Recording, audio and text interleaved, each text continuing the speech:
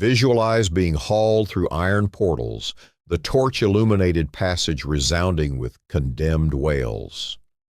For women incarcerated in medieval Europe, this signified no mythical tableau, but the savage commencement of imprisonment. The instant a woman entered a medieval prison, termed a jail in England or geôle in France, her identity was eradicated, frequently in literal fashion. Among the initial documented procedures in numerous European jails was her head's shearing. This constituted more than sanitation, it was emblematic. Hair, particularly for medieval women, was profoundly linked to honor, propriety, and womanhood. Its excision marked an act of debasement and subjugation. Subsequent came the irons.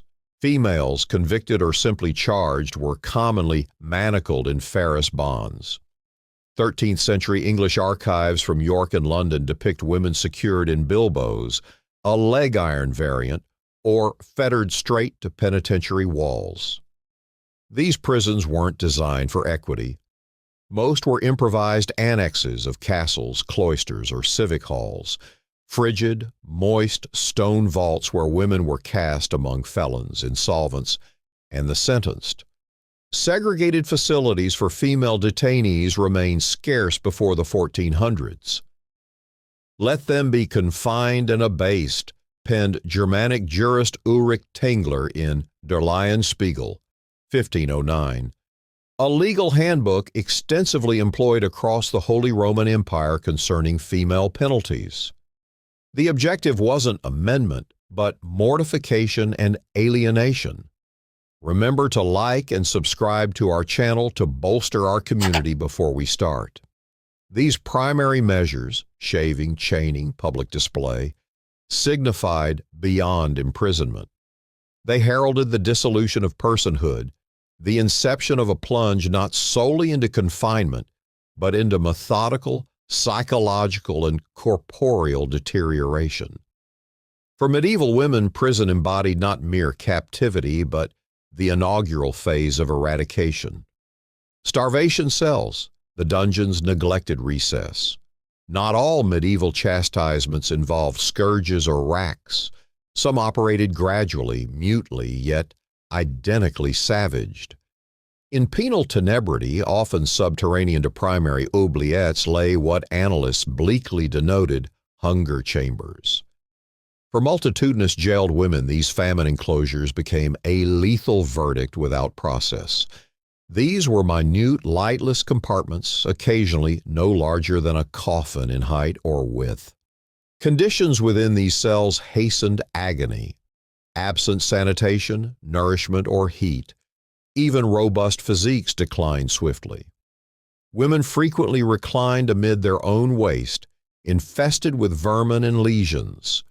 Death arose from desiccation, wasting, or gradual putrid infections, though psychological torment preceded it for many. Numerous inmates shrieked for days prior to silence. Still, their demises often went unrecorded. Their names excluded from registers, their corpses interred in anonymous ground beyond prison perimeters.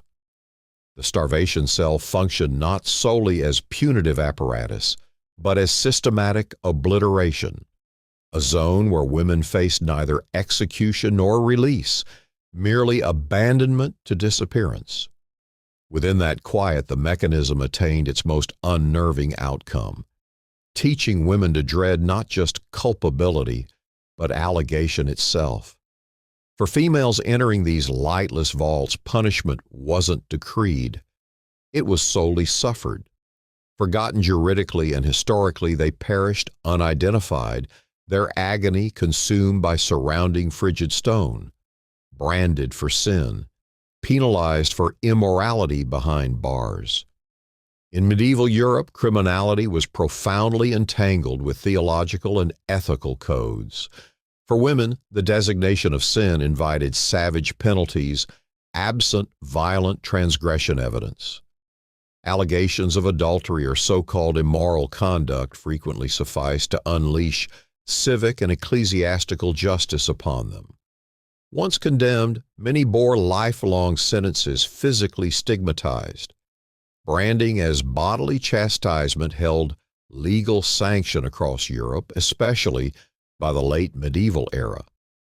England utilized branding from the 1200s onward for theft or recidivism, extending by the 1400s to women accused of vice crimes. A 1563 statute under Elizabeth I marginally later affirmed branding for vagrants, often encompassing women termed night walkers, denoting suspected prostitutes. They might be branded with AEV permanently upon their upper torso. Earlier precedents exist too. 14th century London and York court rolls document penalties for females arrested for common misconduct or living without governance. Branding, though less commonly chronicled than flogging or pillory use, was sporadically referenced in municipal archives as a conspicuous stigma. In Scotland, per the 1424 Parliamentary Act, recidivists, including women judged unruly or indolent, faced potential iron marking. Records from London's Bridewell Palace, repurposed as a penitentiary by Edward Sixkin in 1553, chronicle how females accused of prostitution were routinely scourged and openly disgraced. Some endured branding, though extant documents rarely denote the precise emblem employed. As 15th century legal scholar Fortescue observed in De Laudibus Legum Angliae, the correction of sin is visible to all, that others may fear and not fall. This encapsulates branding's core philosophy, penalty rendered perpetual and public. Branding saw inconsistent application, varying regionally and temporally. Yet, when administered, particularly to women, it delivered not solely agony but irrevocable social annihilation. A branded female seldom reintegrated into commonplace existence. Her scarred body testified against her, typically more emphatically than any plea. Branding functioned as both chastisement and enduring ethical denunciation. For women branded immoral, it signified existing as an intentional emblem of shame. Witch trials behind bars, torture preceding judgment. Before pyres ignited or sentences decreed, numerous European women implicated in witchcraft suffered extended incarceration and torment. These brutalities weren't post-conviction penalties, but interrogation implements, frequently preceding formal proceedings. Under civil and religious jurisdictions alike, the rationale proved bone-chilling. Truth must be coerced corporeally. By the late 1400s, witchcraft allegations escalated, particularly following the Malleus Maleficarum, 1487, a theological juridical handbook by inquisitors Heinrich Kramer and Jacob Springer. It contended women were innately susceptible to sorcery and deceit, advocating torture for confession extraction. Torture was lawfully sanctioned under Roman and canon law given sufficient indicia, substantial preliminary suspicion. Across Germany, Italy, Switzerland, and French territories, torture instruments were routinely deployed against alleged witches. The strappado, among the commonest techniques, bound a woman's arms backward, suspended her via rope, then abruptly dropped her, inducing excruciating shoulder trauma. Other attested methods included thumb screws, crushing finger pressure, and the boot and leg compression via wedges until grave injury ensued.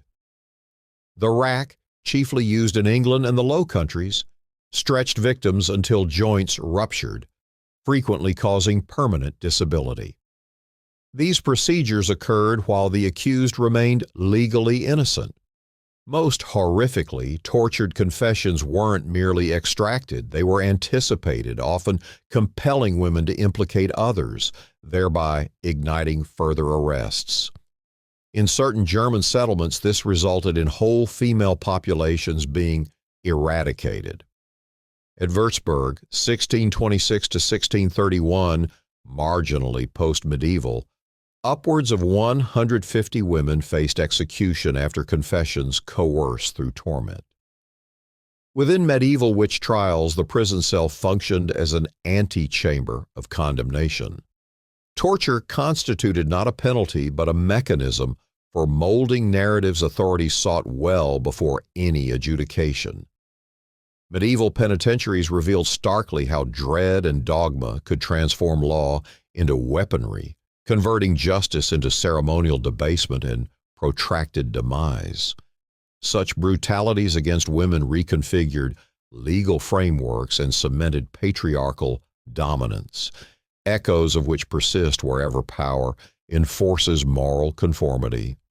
Please don't forget to like and subscribe for more content like this, and do have a great day.